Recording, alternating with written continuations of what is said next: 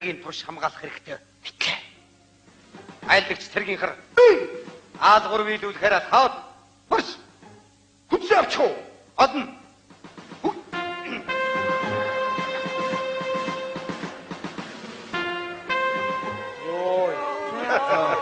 За нэг 3 хоног сэтгэл амар байх юм дээ. За аль хүүхдүүд одоо их гэрт орж найраа өргөлчлүүлье. Аваа. За. Би өөрийнхөө гэр цочтой өөрөө өрөөд оруулчих уу? Тэгэлгүй яах вэ те миний хөө. Отма. Чихлээд орч чадаа. Миний охин ихлээд гэртээ ор. Дааврас орчих дөө.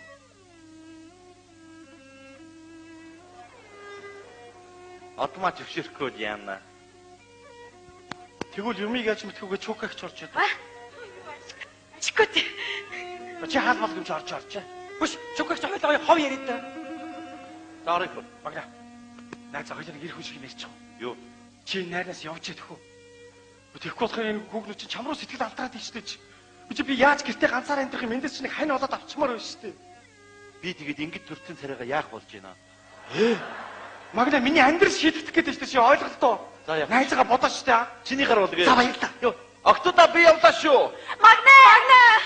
Хамж явъя. Тэгвэл байж. Байжс тэр юм байна. Үгүй явъя. Байж. Явъя. Гүйж штэ байж л та. Явъя. За орчи. Орч тэр сэтгэлийг чи амраая. Хөөрхөн төр хэцүү юм даа найз минь.